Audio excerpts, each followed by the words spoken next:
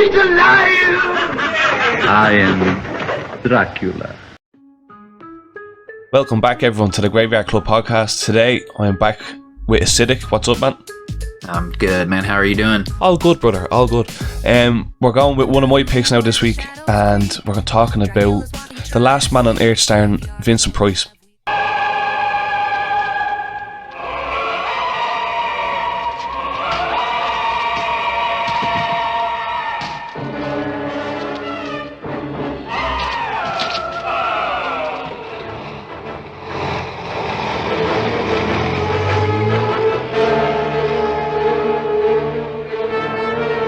Now, recently I've bought a Vincent Price box set, and I've just been going over a few of his films the last while. I watched The Haunted Palace there last night, and I don't know, this has been on my list now the last while. I've been trying to get it on Blu-ray, but if you check on Amazon to get this movie on Blu-ray, you're talking like $40, €40 my country, man, so it's a bit hefty.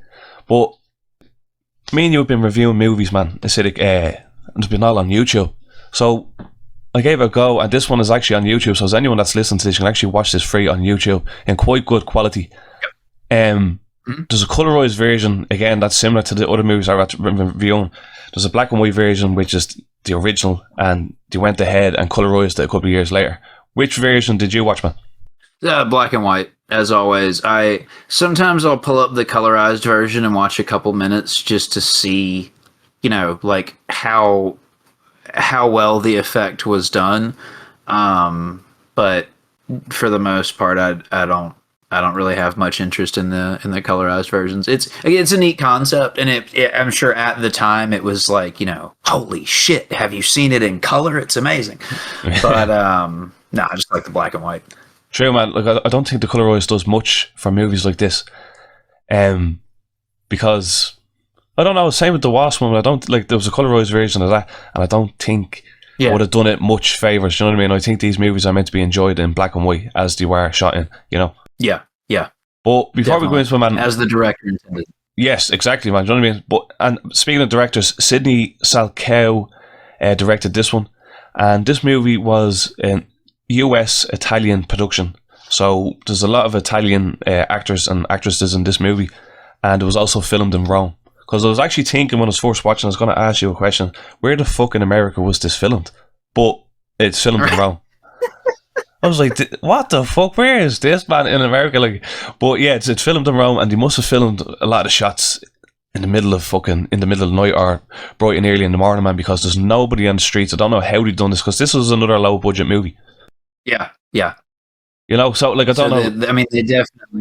They weren't roping off, whole city blocks or anything. They didn't have the money to. No, 100%, man. Do you know what I mean? Like, but they did have a big name like Vincent Price playing this one. And before we get into it, man, I want to talk about Vincent Price's performance. We're used to seeing him play like evil villains and kind of more spookier characters. But in this movie, man, he's different, isn't he? He is different. It is. It's refreshing. Like you're saying, it's especially compared to something like Dr. Phibes, right? Yeah. He still has his how would you say? He still has his creepiness. He just lacks the evilness that he has in other roles. Yeah, the presence is still there of Vincent Price. He was a tall man. The presence is definitely still there, and the voice. That's what, like, for the first third of this movie, it's pretty much just dialogue from Vincent Price. Pretty much just dialogue, and you don't really get much interaction with the other characters, because Vincent Price is the last man on Earth. Start of the film kind of sets out, and like he's gathering like wood, he's dumping bodies into cars. Like, you can tell he's the last man in this post-apocalyptic world, and I don't know. It's for a low budget movie. I love the backgrounds and like the kind of do you know what I mean? The backdrop. You can actually sense even in this old movie that it's the world is ended. Yeah, definitely. The burn pit, especially, I thought was really well done. That was killing, man. Yeah, I think.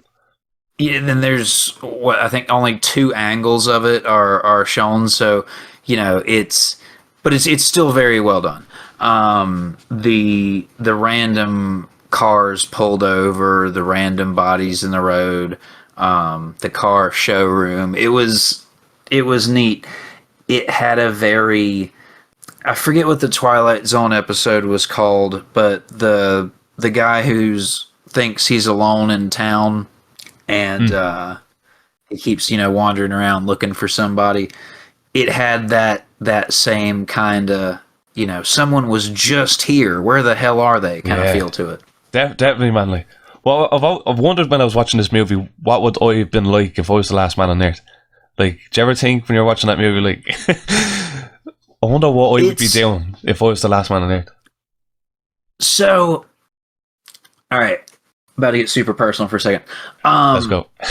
Something that worried me before when I went to rewatch this movie. All right, so I got married a couple years ago, and ever since that happened, any movie where the person's spouse dies, I can't fucking handle it. Like I turn it off and I get up and I walk away. Like I cannot deal. Like New Fear Unlocked doesn't even begin to cover it. For sure. So man, I was very worried about this one. For sure, man, because you're putting yourself into their boots, and you're like, oh fuck me, how would I deal with that? Like I can understand 100%. It's an entirely new baggage to carry in that particular situation, right? Because it's like, you've lost your family, which is going to matter to some people, is going to not matter to other people. You've lost your friends. I feel like that's going to matter to most everybody. Losing the spouse as well, and I mean, I feel like it's implied that they're like the animals and whatnot have also basically perished. I don't know if I'm incorrect in that, but I didn't see, for the majority of the film, I didn't see birds, I didn't see shit. You know what I mean? Like there's nothing. This world is truly fucking dead, man. 100%, and that's what the Sidney Salkow made a good job of making Vincent Price feel alone in this world. Yeah, and it's quite good, man. It does a good job of like, because I don't know about you, right? But it at first it seems like there would at least be some positives, like, okay, well, I won't go hungry, like I've got shelter, I've got like all of your needs are basically met, there's zero competition. But the immense loss that you have just endured immediately counteracts the what would otherwise be the ease of survival, right? Because like all of a sudden you have the resources of, realistically, like within places you can drive to, still millions of people you're never going to want for anything, but you're fucking alone. And like everything relationship wise that you've worked towards is gone. So what is it worth? Like who, what is the nice car, the nice house, the good food? Like who gives a shit? Yeah. Right? What's the drive, man? Like what's driving you to wake up every day and get up? Right. And the sameness, right? And I feel like they really hammered that in. Is like every day is the fucking same. Every day. Yeah, I don't know how I'd cope with that. It's horrifying. Yeah, it's fucking horrifying. That's very spooky when you think of it like that. Right? Yeah. For sure, man. Because that is way spookier than whatever lurks in the dark, right? Mm-hmm. Like just the context, the fact that you're, this is not only it, but this is all there ever will be. There is no hope really, because there is no recovery from that. The loss has already happened. And man, I'll be honest with you, like what we were saying, and throughout this movie, reminded me of the COVID times in a lot of ways. Yeah. Very isolated times. Maybe not at the extent of The Last Man on Earth, but a plague is sweeping everyone up, everyone's getting sick, there's people dying. It does a lot of similarities watching this film in 2025 that's bringing me back to COVID times. It's actually, that is spooky as well in its own right. The discourse as well, right, of like the rising tension between the characters who have, you know, different theories. What is the sickness? What's causing it? Is it curable? And all this, like the you see the people in the film, like you see relationships break down, and people like become angry at each other because it's basically like, you know, no, don't you get it? Like, this is how it is. So it's, yeah, the parallel is very, the parallel is very unnerving to be watching that now. It's wild how, like, you know, the, so to speak, like the setting changes, but like the same shit keeps happening, you know? I'm glad you taught that, man, as well. Historically speaking. Yeah, I'm glad you taught that as well, because I guarantee if people watch this movie in 2025, and actually speaking of that, there's two other movies. This movie's based on a book called I Am Legend, so we all know that I Am Legend movie with Will Smith, and there's another one I never heard of, man. You said you've seen it, Omega Man. Yeah, with Charlton Heston. Is it any good compared to this? Is it better? Yeah, it's I remember being very, very confused because, so I got the Omega Man on, this was like a pull from one of those dollar DVD bins. Mm-hmm. And I remember I got it, and I go home and I pop it in and I watch it, and I'm, you know, like halfway through it, and I'm like, dude, this is what the hell's happening here? This basically is The Last Man on Earth, just in color with a different cast, and it took me forever to realize, like, yeah, I mean, it's the same. It's based on the same source material. They just changed the name. It's worth a shot. It's a good film. I honestly, like, I don't know which, because I probably prefer the Price version, because I heard this version was the more faithful to the novel. And I'll be honest, it's been so long since I've seen that Will Smith one. Well, I don't remember that one being very good. I did not see it, but I guess I probably should, just for the sake of, I mean, fuck it, I've seen the other two, right? Yeah, why not just see the third one? You know, 2 out of 3. So, what I think is cool about this one, man, right? So, we all know fucking, it's a kind of zombies, but they're looked at as vampires. So in this movie, that's been plagued by the disease that's after hitting Earth. And what's weird, man, like he's gathering stakes, he's driving the stakes through their chest, like, so that they act more like vampires in a way. Like, this is proper vampire lore. This shit, do you know what I mean? He's putting the garlic. Yeah, and the he's putting up little chains of garlic on the doors as a repellent. That's proper vampire shit. But when you see the design of these undead creatures, people in this movie, they appear more like zombies. So that George A. Romero movie came out in 1968, I think. So this predates that as well.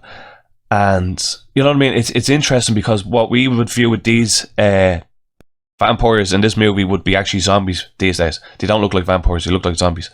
Yeah, looks like, sounds like, and behaves like early zombies. Yeah, like the only thing missing is, instead of Morgan, it would be like brains. You know, like that's it. But they are, in behavior and in appearance, they are very zombie-ish.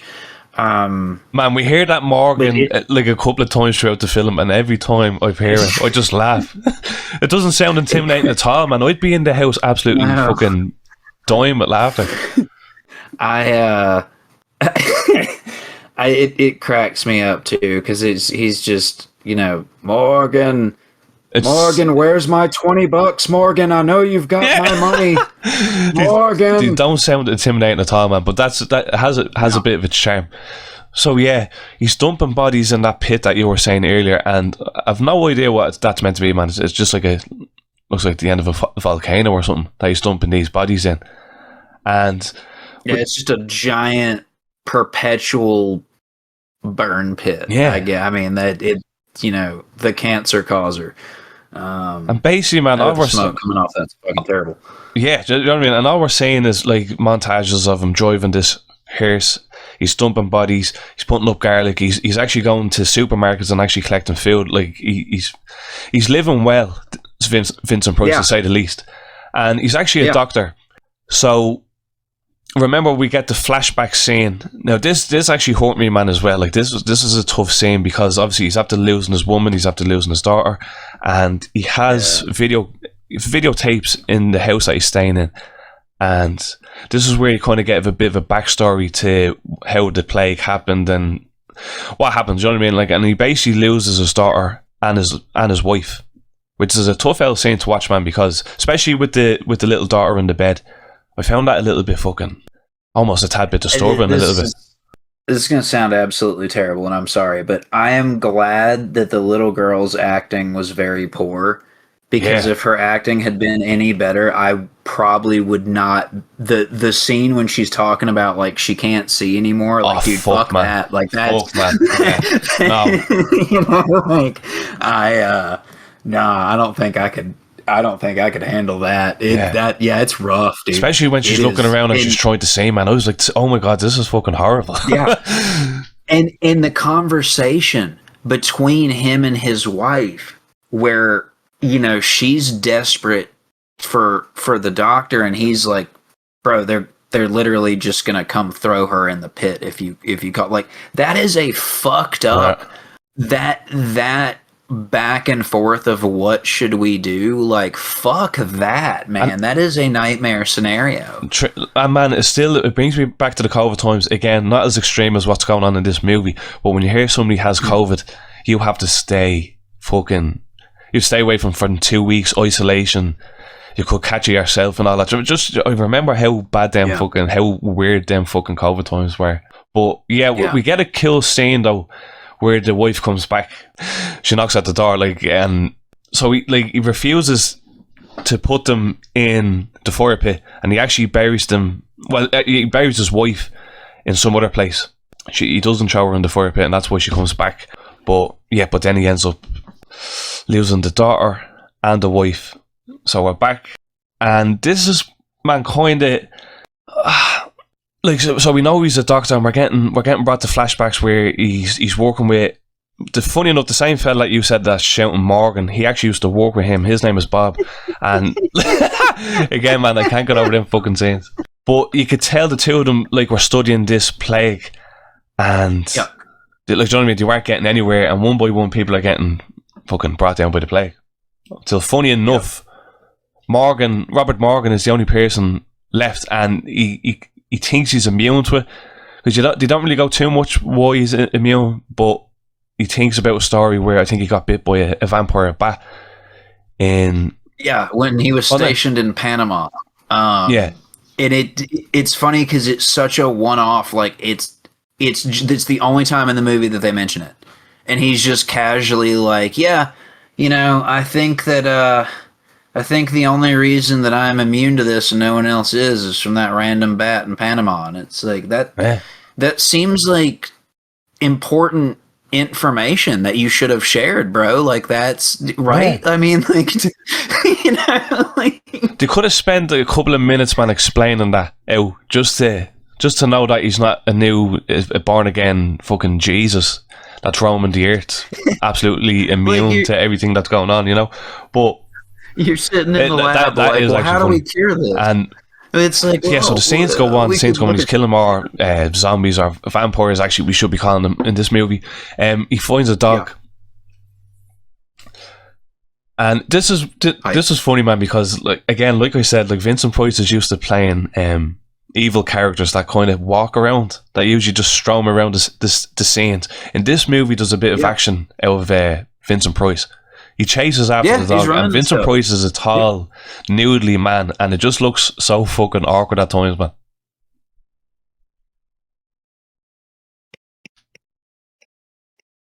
It's that's such a good scene. Like I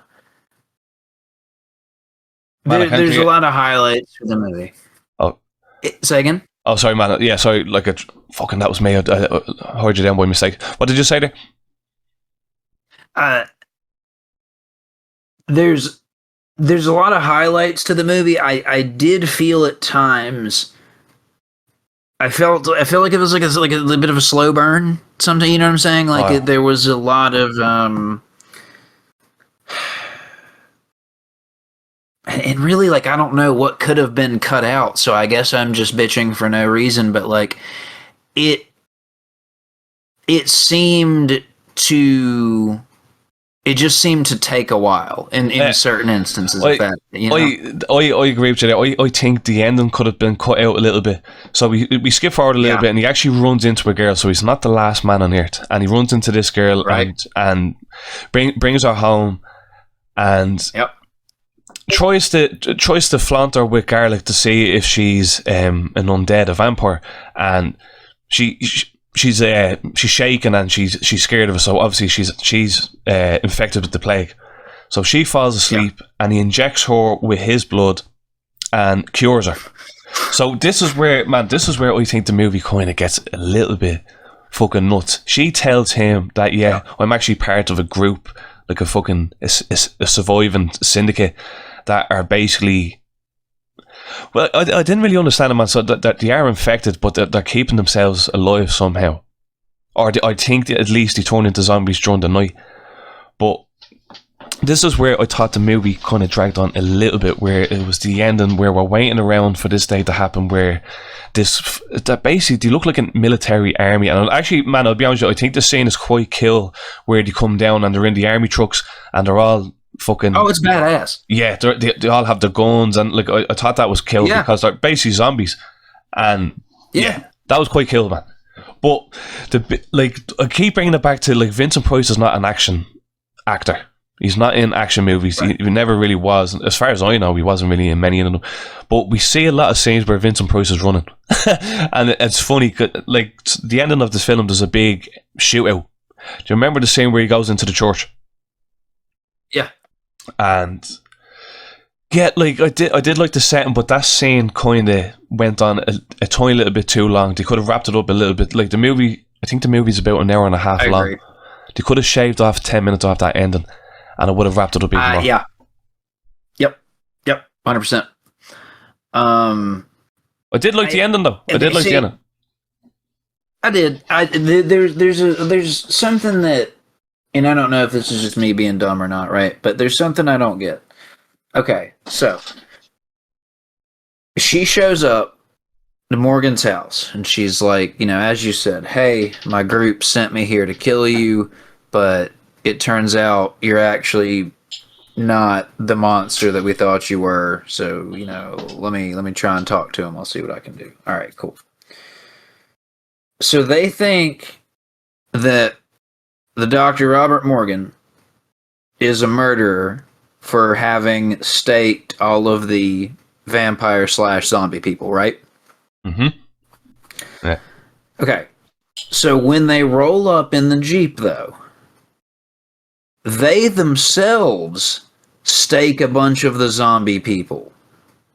They have like reusable stake things that they carry. So that's the part that I don't get, is like, are you mad that he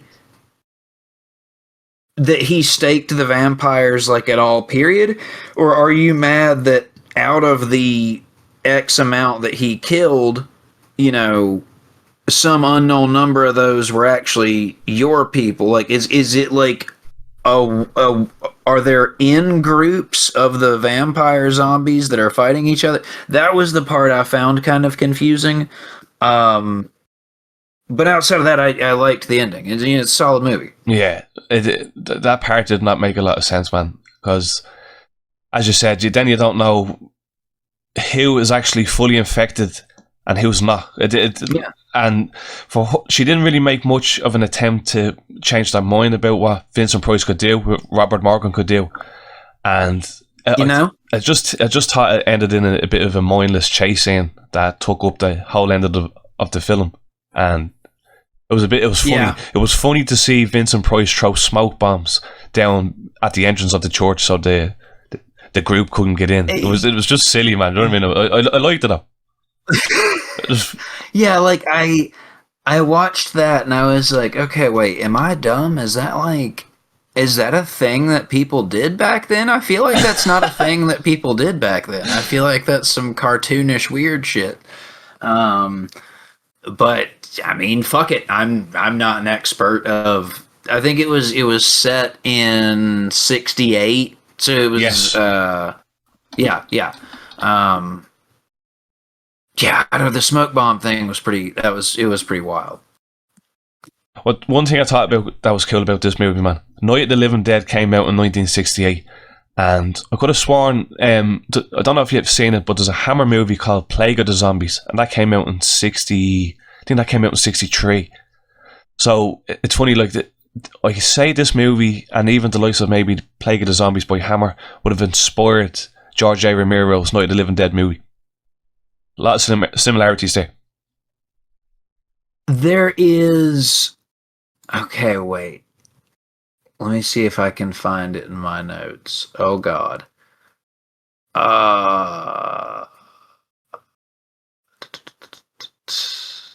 There was. I feel like this was originally supposed to be a Hammer movie, but the British censors would not let it through.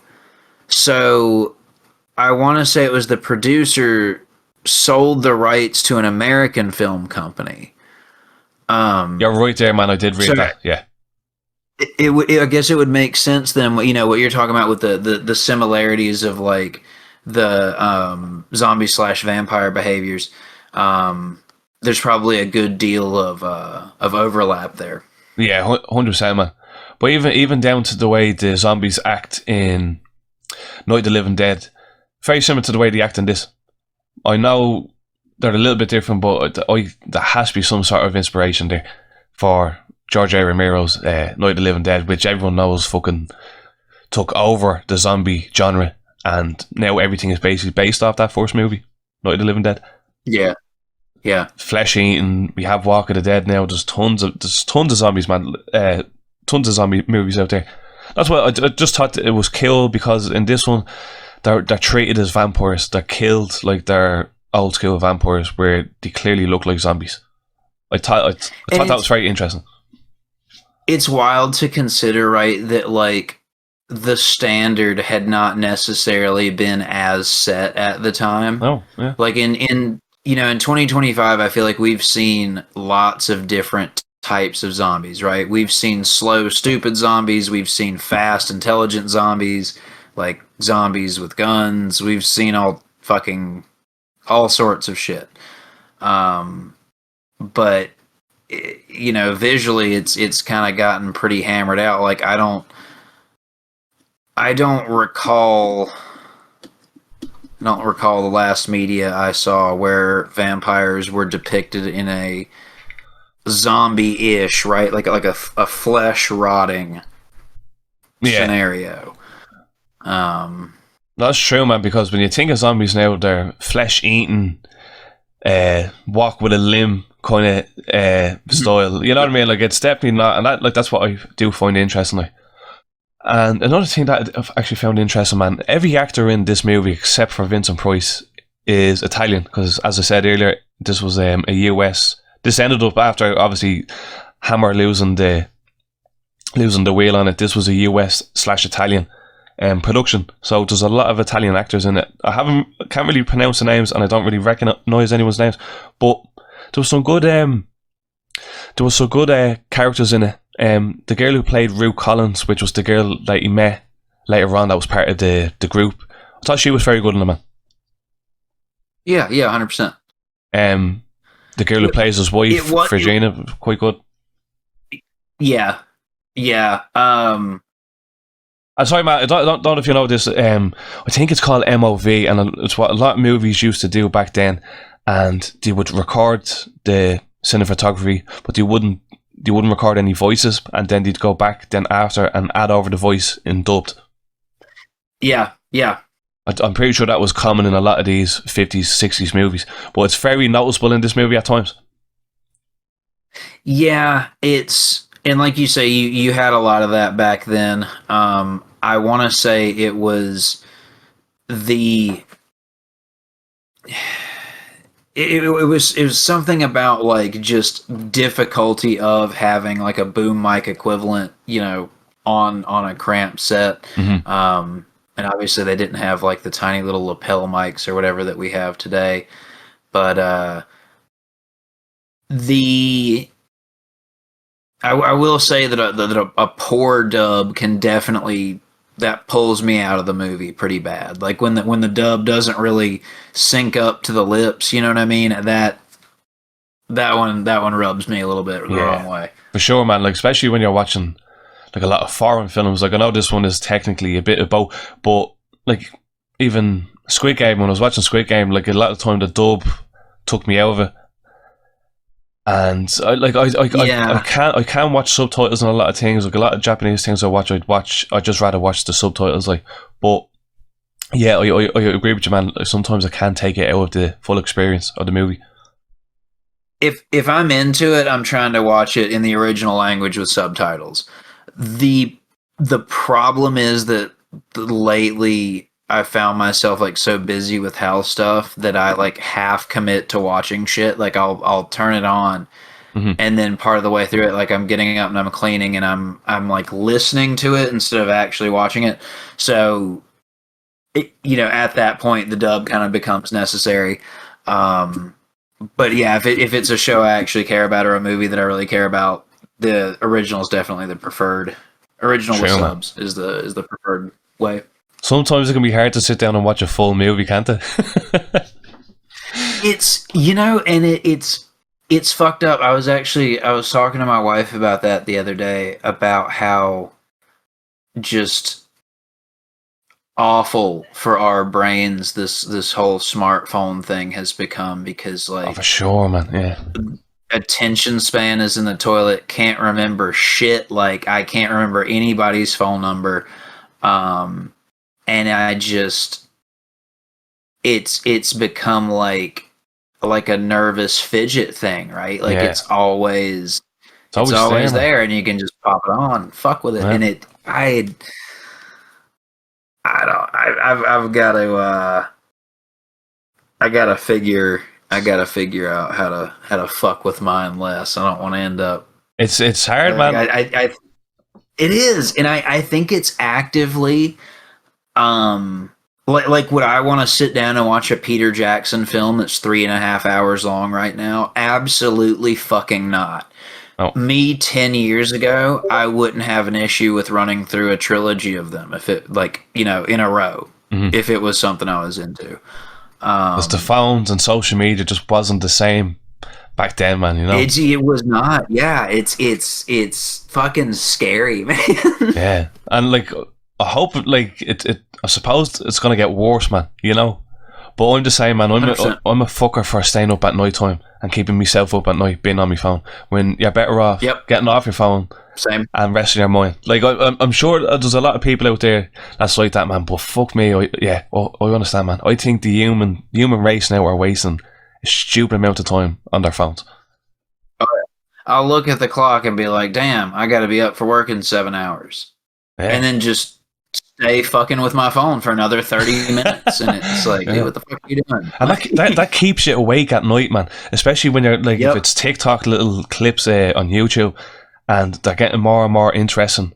It's terrible, man. It's terrible where the phones have us brainwashed. There's nothing we can do. Fucking screen lock my damn self. Yeah, man. Put a timer on the phone and lock it out after like an hour or something. But that's terrible that we have to do shit like that, man. Yeah, facts. We should be able to put down that phone and do. But like then again, we do a lot of things through our phone. Do the finances, banking. We do a lot of things, contacting people through the phone. Unfortunately, it's wild how much more necessary fairly constant communication is now than it used to be. Like I don't know how I functioned before I had a GPS on my phone. Like those were dark fucking times back before you could just, Whipping out say the to big your maps. phone like, "Hey, yeah, right," and now it's just you tell your phone like, "Hey, send me to the nearest pizza place." Oh no, not that one, the other one. Yeah, And it's done.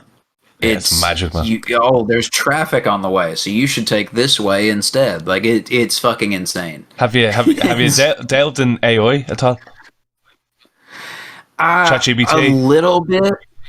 A little bit, yeah. Man, it's so I fucking good. was trying to mess with it for to do some excuse me, some woodworking blueprints and stuff like that, like Yeah, man. optimized cut lists. Hey, I have a sheet of plywood that's this big, and I need this many pieces that are this size. Like, what's the best way to da da da. That's a great way of But using it. I think it's. I feel like if you're, and it's just like Google, right? Like you have to kind of know how to talk to it, and I feel like I still sort of suck at that part. I don't think that I'm like articulating myself as well as I could be into the thing to get what I want out of the thing. But it is scary to see what AI videos, let's say 2 years ago versus AI videos now. Bro, in 5 years we're fucked. Like we're it's probably gonna be where AI is not discernible from organic content within 2 years, but most definitely within 5 we are absolutely fucked. Yeah. Like I hate to imagine like the scams and shit that like target old people 5 years from now that man. use AI. Yeah. Dude, that oh god. And man, another thing, it's taken a lot of people's jobs, and it's going to be taking even more people's jobs. Oh, dude, 100%. I was talking to my coworkers about that like the other day. I was saying, we are one cute designed like robot waiter thing away from not having a job, right? Because if you work in sales, and I don't mean like customer account management sales, right? I mean like let's say retail sales. Like you come in, you buy this thing, you leave. A lot of that stuff, because we saw it with self checkout, right? Everyone was like, well, fuck hiring 12 cashiers. I'm gonna hire 2 cashiers and do a self checkout thing, and we will overwork the fuck out of those 2 cashiers, and we'll just pocket all this money that we're not passing down. It will 100% happen for entry sales. I think it's going to happen to like hostess staff at restaurants, but I don't know about full replacement for like waiters and waitresses, but the person who gets you that's going to be robotic. I think that we're going to get closer and closer to things like certain mechanic work is going to become more automated. I think like I don't think a little robot dude that changes tires, for example. I don't think that that's far fetched to say like that's probably within fucking 5 years. We've got security bots now, right? We got little like R2D2, like, hey, I'm gonna make sure that you're not doing anything you're not supposed to. Okay, dope. So we have the security bots, and we have those crazy ass robot dog things. So unfortunately for fucking everybody, we're the step immediately before having crazy fucking robot dog things that are also doing security. Like that's where we're at. We're at the singular step before that, right? Like we have A, we have B. We just haven't smashed them together yet. That's going to be a bad fucking time. It's definitely coming, man. And even if that's even further down the road, like, who needs a coder these days when you can write any code up on ChatGPT? I'm sure there's directors out there, man, that don't need now script writers. They can use AI, man, to help now. I know it's not 100% yet, but there's been little evidence throughout Hollywood that they're using AI to make movies. I can see AI. I was watching a thing where they were talking about AI movies, and they were like, it's going to be in the future where you can go see an AI movie for $1, or a traditionally made film for $40. Because with the traditionally made film, you have to pay for the set, the special effects, the editing, the film, the actors, the actresses, right? You have to do all this shit. But with an AI, and I know this is an oversimplification, right? But effectively, you just type a couple sentences and push go, and all of a sudden you have this thing that, for some fucking reason, excuse me, you have this thing that for some fucking reason, people are willing to pay for, right? That sounds scary, man, by the way. That sounds scary. If we get to a day and age, man, where we can pay a small amount to watch a shitty AI movie or somebody else's movie that they worked real hard for, and pay fucking 10 times the amount, that is terrifying, man. But like, I can definitely understand it, right? Yeah, man. Like AI books, it's going back AI to what newscast. Yeah, and like, it's going back to what you said, man, about the waiters, robotic waiters, and all of restaurants. Like, that's already happening in parts of Asia. Yeah, like, that's quite big over there, and like hotel receptionists that are robotic as well. Like, that is definitely already there, man. Maybe as you said, I didn't even think about the hotel thing. That's 100%, bro. The front desk clerk, the check-in, check-out person. Yeah, that's done. It will probably be a download our app for whatever the fuck hotel you're in, onto your phone, pay via that, scan the barcode on your phone here, and we're going to spit out a key, or we're going to more than likely just NFC program your phone to have your hotel room key. Oh, yeah. It's terrifying because it's not out of this world idea, man. It's very plausible, very possible, I should say, for something like this to happen. The efficiency. Yeah, it work out better for the business. Cutting down on wages, and that's all they care about. And that's all it is, man. Yeah, I say the main people who's pumping money into this AI stuff is just pure businessmen, and it's getting so fucking advanced, man. You don't even know what's real or right. What the deep fakes are, them videos.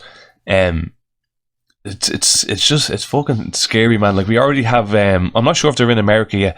I know they're in Asia, but the self-driving taxis. Oh yeah, fuck all that. There's absolutely no chance I'm getting in that. Are they over there in the US now?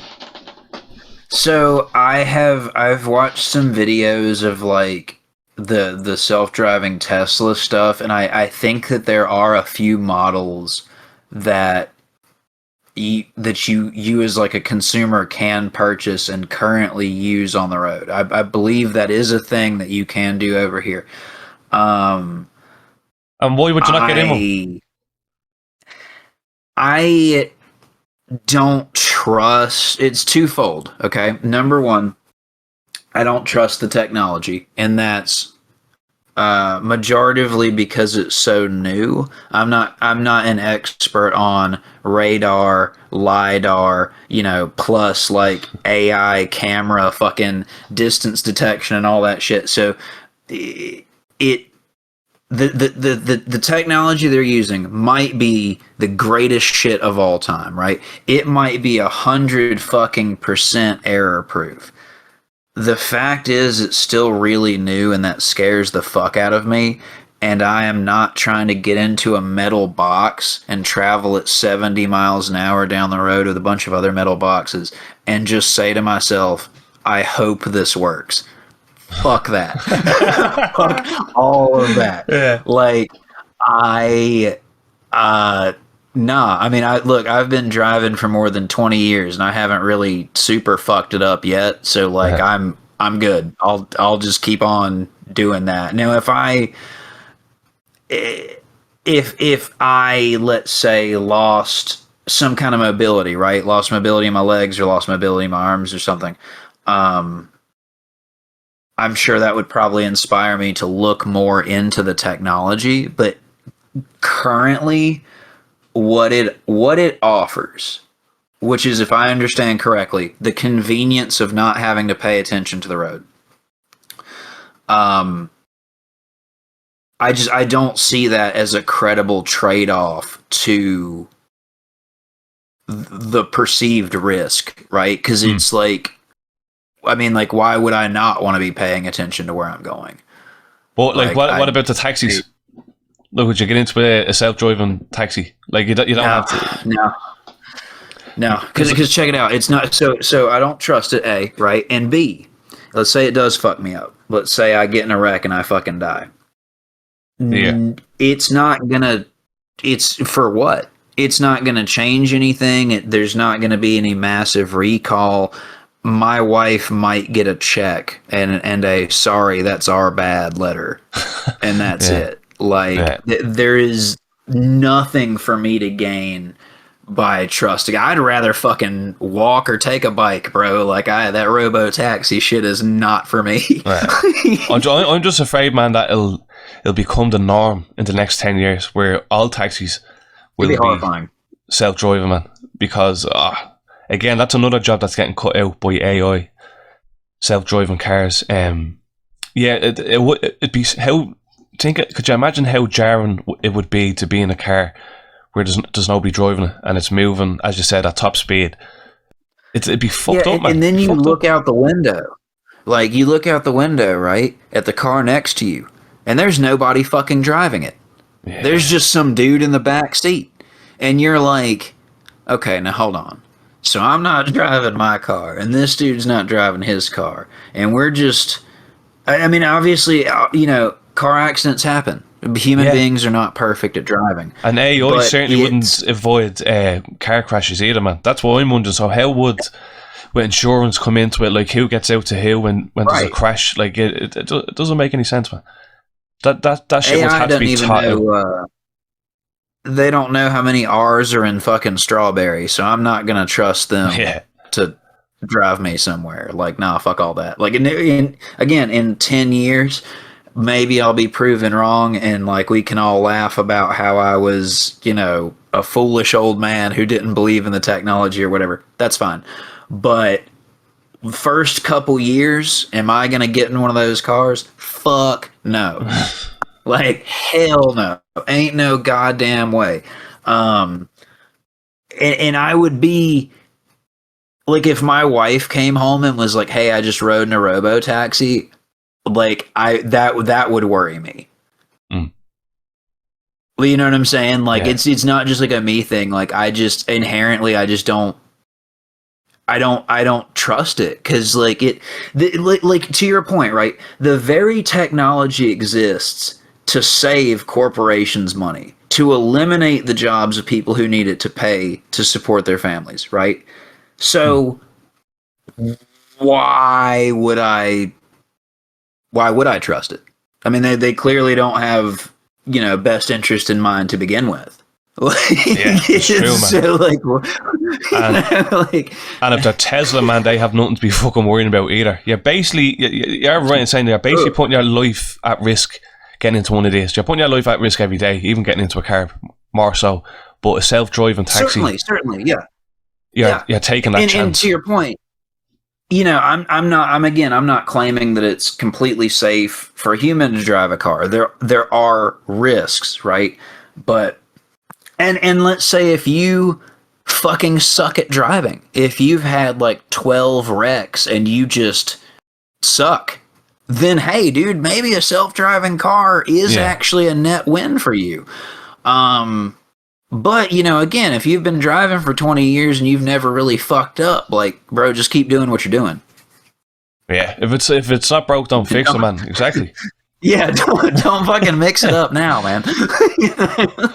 It's just scary, man. But I've often like I wonder, will the stock in Tesla go through the roof when it does kind of get more mainstream? These self-driving taxis, is it worth dumping money into it now? I have to wonder. I think that they're. So I think that I think the initial interest was needed to spark investment in electric vehicles as a whole. And I think that the current EVs that China is producing are currently the golden standard as far as value goes, right? Yeah. Because, like, I mean, I don't have a great opinion of the build quality of a Tesla, but like even if I did, even if I thought it was fucking the greatest thing ever, right? If I can't fucking afford it, then it doesn't really matter how nice it is, because I will personally never have it. So That's like true, it doesn't solve, but you know, as far as does it work for me, it's like, well, no, because it's unattainable. But I would love to see more competition in the EV market. I would really like to see advancements made for more environmentally friendly batteries, because the implication with the electric vehicle is like, oh, it's green, it's great for the environment, yada yada. Well, there's a lot of rare earth minerals and shit that goes into that. That's not super great as far as the extraction goes. So, but like, really, I think that EV is the only obvious way forward, right? Is just more advancements in batteries, more advancements in efficiency, and more advancements in energy capture. So I feel like from a residential standpoint, it's the path to take is solar. We get the solar down pat so that we can capture a shitload of energy. We get the batteries down pat so that we can store a shitload of energy. And then that's it. We're done. You know what I mean? Like, I don't think the combustion engine, as far as transportation goes, I don't think it's here to stay. I think EV is going to be, that's it. At least until we can discover something crazy, right? Like some kind of, I don't even know what the fuck it is. It is the only way to go forward, man, especially with the global warming and everything that's going on. But the only thing is, like, America would be where we are in Ireland with the EV cars and all that type of stuff. America would probably be about 10 years ahead in the future. There's not a lot of charging ports in Ireland. Now, you can get a grant from from the government over here, and you can actually get put one in your house, which is most likely the option that you take. But there's not many charging ports scattered around Ireland, to the point where if you buy yourself an EV car these days, you're almost kind of shooting yourself in the foot a little bit. That's why the hybrids are a lot more popular over here than a straight like EV car, like a hybrid. That makes sense. Gasoline electric, versus just solid electric. Well, it's coming, though, man. It's definitely coming. I'm seeing more and more chargers where I'm at. I still wouldn't say that there's a lot, right? But it's becoming less rare. And what's really crazy is, for a long time I was noticing them, but they were just empty. Like, they were always perpetually fucking empty. I've noticed maybe in the last year or two that there's a lot more people that are actually driving the EVs, that are thus using the charging stations. Like, sometimes I'll pass by one and there's 4 or 5 fucking cars just lined up, just charging. Whereas before it would be empty, maybe one car max, but normally empty. It's kind of wild. It's just like I don't see that over here yet. Like, where Ireland is a long way off even that, man. Like, there's one about 5 minutes down the road from where I am, and there's never a car there. There might be one there, maybe if I go by once every day, every week. I might see a car there once charging, but Yeah. it does a lot of hybrids over here. So I think people use maybe the electric for short trips, and then when they're driving in and out of different counties of Ireland, they might use the diesel or petrol. So they're a lot more popular over here. We're in terms of a lot of shit, man. Ireland's like 10 years behind America. It's crazy. Wild. So, like, just in terms of like what I love about going to America, man, Walmart is just on a different level compared to what we have over here. It's fucking crazy. Like, you've about 3 aisles just for like shampoo, whereas you could probably get 5 shampoos for men over here, 5 different brands of shampoo, where there's 2 aisles of shampoo over in America. I know it's nothing for you, but like, Walmart, man, was crazy to see the first time, especially with the guns. I imagine that the guns is a culture shock as well. Yeah, because bro. they're like, you go to get like some bread and some milk, and then the next aisle over is rifles and stuff, and you're like, oh, huh. It's cool though, man. Like, it is a culture shock though, yeah. And what's really crazy is, like, pre-COVID, to my understanding, basically all Walmarts were 24 hours. Like, all the ones near me were open 24/7. So I would go, because I didn't want to wait in line or deal with anybody. I would go at 3:30 in the fucking morning, right? Like, just the like ball sack of night, and go get whatever I needed. And like, I'm basically the only one in there. There's people walking around stocking stuff. I can ask if I get lost. It was great. It was fucking awesome. And then COVID happened, and they were like, yeah, we're going to start closing it. Bro, I think it was like 8 p.m. or something. So then all of a sudden, no matter when you went, there's fucking 300 people in there. So now it's like you have to really argue with yourself and be like, man, I need a bottle of shampoo. Do I really feel like having to interact with like 300 fucking strangers to get that bottle of shampoo, though? Or do I just want to keep my bitch ass at home? Like, I suppose that happened over here as well. Like, we have a 24-hour kind of Walmart supermarket as well, yeah, and I remember closing at different times. And like, what we had over here during the COVID, like in shopping centres, like you'd walk in one way and you'd come out the other way. So like, there'd be like basically a line going either side of a shopping centre, and you'd walk one way and you'd walk the other way going out. So like, to the point where the authorities like kind of guards, like really like people to keep sketch on people, like just in case there's people walking the opposite way or like walking across from one line to the other. It was so fucking uniform, man, over here. I'm not sure if you were doing stuff like that in America with the shopping malls, or like even just shops. Like over here, like you might let in 20 people into one shop at a time, and there'd be a queue of people, man. So like, shopping just became a fucking a chore, man. Do you know what I mean? Like, you'd spend hours doing shopping because you'd spend half the time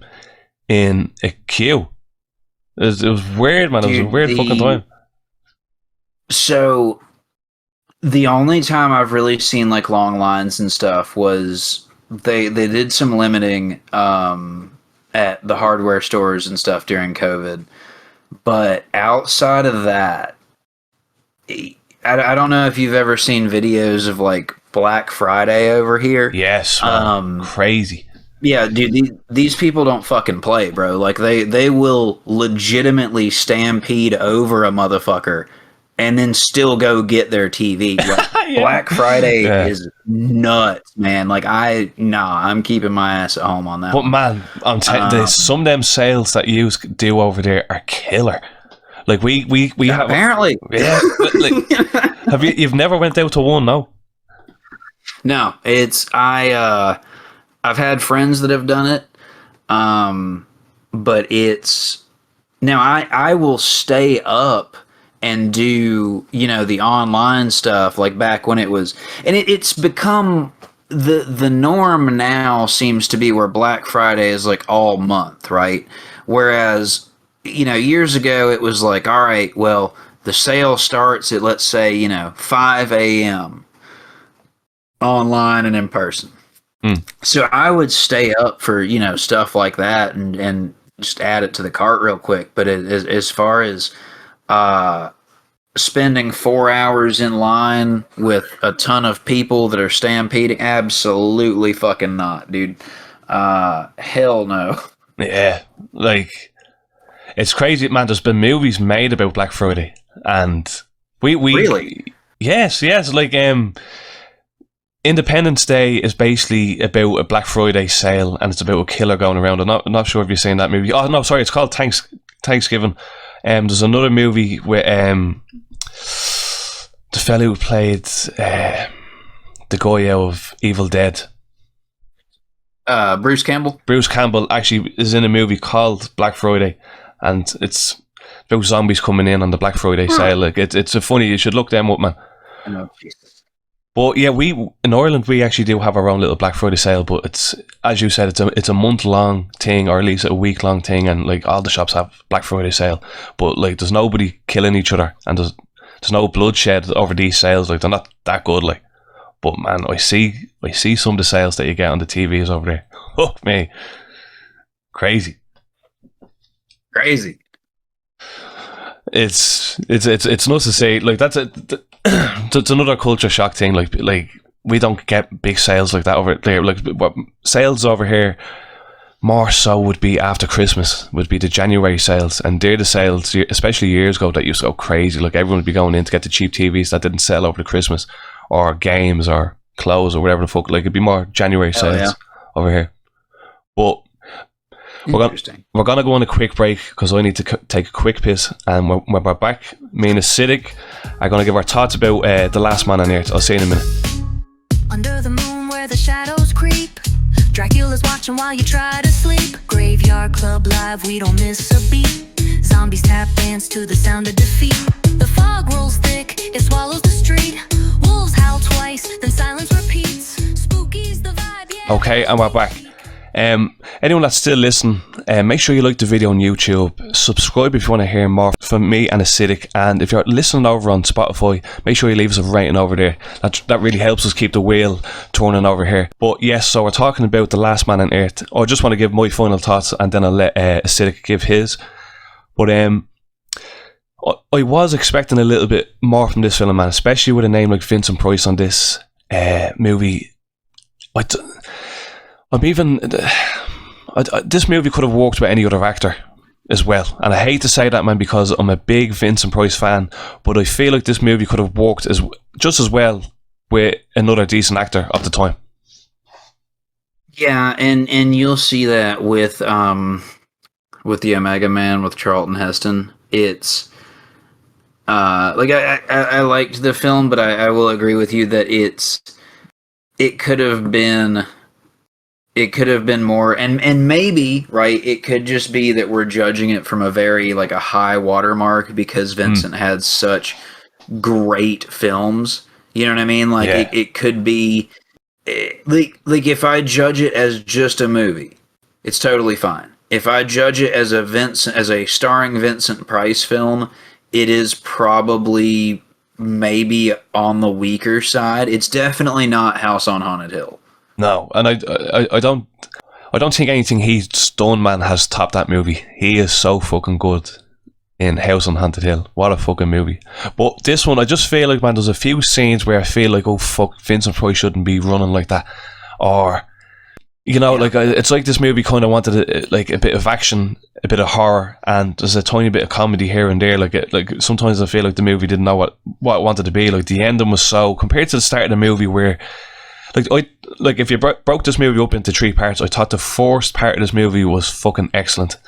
Mainly Vincent Price doing the narration, and he's floating around in his car, picking up bodies, making steaks, grabbing food. Like, the atmosphere there was great.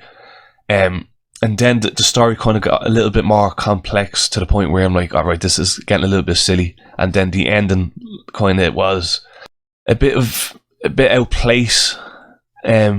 Again, especially with Vincent Price, I think if they would have got a younger actor, them scenes at the end might have worked out a bit better Vincent Price to me is meant to play them villain roles, but as you said, Acidic Man, maybe we're comparing them too much to the classic Vincent Price roles.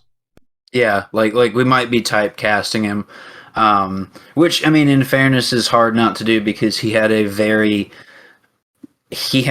specific role and he had a very specific way of playing it, and most of his roles were, I don't want to say like the same, right? But he definitely put his flavor on it heavily. Yes, yeah. As like that narration wouldn't have been the same if it was another actor. Like that's what hooks you in at the start. 100% agree. Yeah, you know what I mean. That's what hooks you in at the start of the movie. Agree. Vincent Price has I'm not sure what sort of American accent you would have called that, man. Like the one that he kind of uses throughout the most movies, like especially he plays the Invisible Man in The Invisible Man Returns, and he has such a kind of great accent. I'm not sure what part of America that would be, but it's smooth as fuck. I like that he has very distinctive pauses, like William Shatner. Like it's not just like the tone of his voice, and it's not just the words that he uses, but the way that he pauses for emphasis is very specific to him. Like his delivery is very, very specific. You know that's Vincent Price, man, when he's talking. Yeah. I did enjoy this movie. It doesn't stack up to what I've seen him do. I don't think I actually blame Vincent Price. I think it's just more the movie that he's in might have not have been the best match for him, but it did elevate the movie in ways. Like I said, the dialogue at the very start, the narration at the very start, I should say. Yeah. What would you rate this man out of 5? I'm gonna give it like a 2.8. Yeah, I was thinking. I'm not sure if you use Letterboxd, but I gave it a 3 when I first watched it. I gave it a 3 out of 5, but I'm almost thinking, man, should I drop it down to like maybe a 2.5? But I'm gonna leave it. I'm gonna leave it at a 3 out of 5 because it was enjoyable. Loved the idea of the vampiric zombies. That was real different. I wasn't expecting that. I thought they were just straight fucking zombies in this movie, but it had like a vampire twist. I wasn't expecting that. But Cynic Man, do you have another pick for the next episode? Are you still wondering? So, have you done? I'm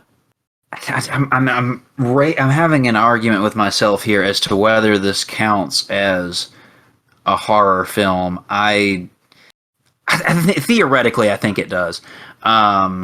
Okay, so have you done The Old Dark House from 1932?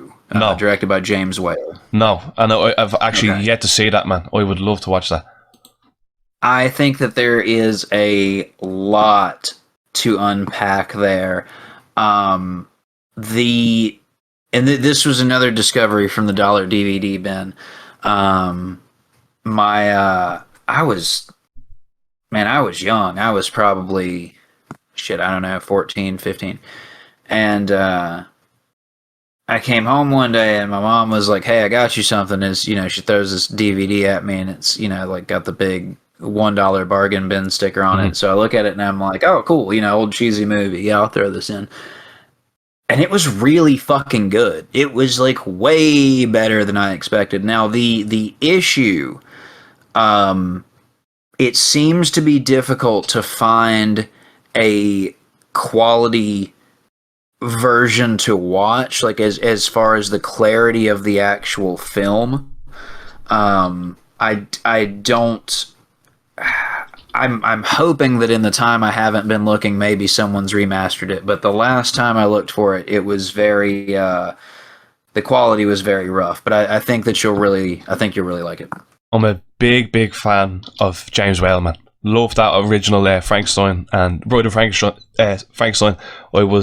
He's one of my favourite directors, man. I definitely need to watch that. I'm gonna look later on after this if it's on YouTube. If not, I'll fuck around and buy that Blu-ray, man. Because I think I've seen the Blu-ray for about €11 on Amazon. And yeah, I think it's a film definitely worth reviewing, bro. That's a good pick, man. Because I think there's a remake of that one as well. There's a remake of that as well. I'm not sure if it's a fucking Hammer movie or what, but like, yeah, the original James Whale, Oh my man. god, there is a Blu-ray. Oh, oh, that's fucking exciting. There is a there's a new 4K restoration. Yeah. Oh man, that's worth owning, man. holy shit, I'm excited. So I'll have a look to see if it's on YouTube for free. I'll let people know when we're reviewing it, but that Blu-ray might be tasty, man. That Blu-ray looks like it. Yeah. Oh man, came out 2017. Fuck, it's been out for a while. Is That is wild. Boris Karloff's in that one, yeah? Yeah. Yeah, same there, yeah. Another great actor, man. 100%. It's not a how do I want to say? Because it's not really a minor role. It's just not a heavy speaking role. Like, I think that they could have done more with him, but it's still a really dope movie, and I'm very excited to talk about it with you. Hell yeah, man. So you're here to hear first. The next show is going to be on the Old Dark House, and we'll get that out to you as soon as we can. Cidic, bro, thanks for being here. Oh, thank you for having me, man. Everyone that's listening, make sure you like the video, as I said, and just thanks for supporting, and we'll see you on the next one. Take it easy.